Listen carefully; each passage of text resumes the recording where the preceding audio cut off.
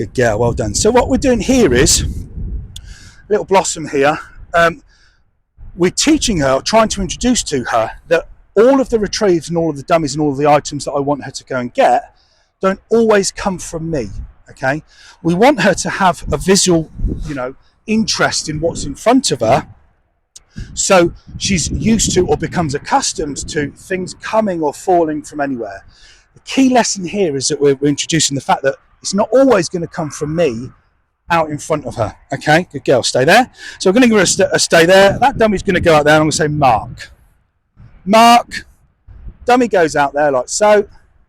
And clearly she knows exactly where that is. All right. Now what I am going to do is take this lead off. Good girl. And this is about patience. Good girl. When the lead comes off, that is not an indication or not a sign for you to go and get it. Good girl. And now she's marked it, and I know I've broken that mark. I know she's taken her eye off of it, but that's not the point here. Blossom. Cast her out by her name and a recall when she comes back. Good girl. Good girl. Good girl. Good girl. Just starting to increase the diameter now of these dummies, all right?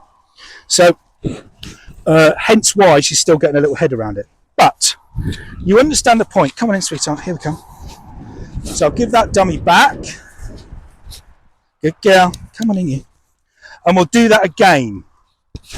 Good girl. But this time, because previously I broke the mark. What do I mean when I say that? She saw it landed, she realised where it was, but because of me having to take the lead off of her and me offering her praise and encouragement for not moving and for being steady, that's where we broke the mark. So because it was our actions that took her eye off of the prize, so to speak. So what I am going to do is I'm going to alleviate that, still put her under some restraint. Sit there, mate. Good girl. Still put her under some restraint, but I can just drop the lead. But look at the difference here, all right? The lead is still a bit of a toy, all right? So what I'm going to do is I'm going to work quickly here. Mark. Dummy goes out before she takes the lead. Now, she hasn't seen that.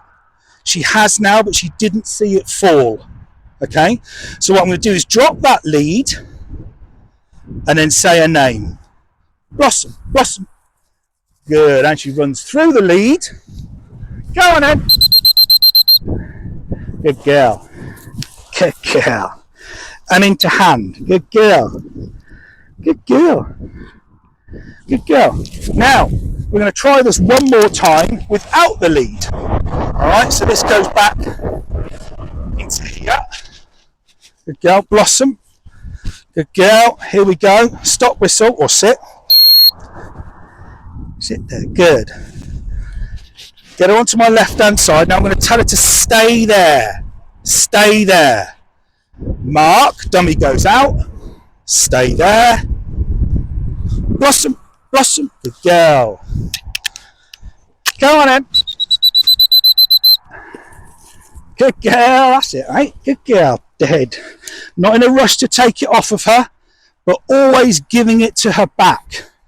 We want her to learn and to grow up knowing and realising that this isn't hers. This is a game that we play together. We share this item. Good girl, good girl. There it goes. Blossom. Good. Go on then, sweetheart. Good. Getting her head round how the different diameter of the dummy now. Previously, it potentially was a little bit too wide for her little mouth. But to retrieve, she's got it, she's understood it, and she's becoming more confident now, picking this up and bringing it straight back. So vitally important to expose a very, very young puppy to as much different situations as you possibly can. Not always about environment, exposing them to different environmental sort of bits and bobs, but they always need to learn, or in time they'll need to learn and realise that dummies or retrieves or birds don't always come from you. They 99% of the time in the real world come from everywhere else.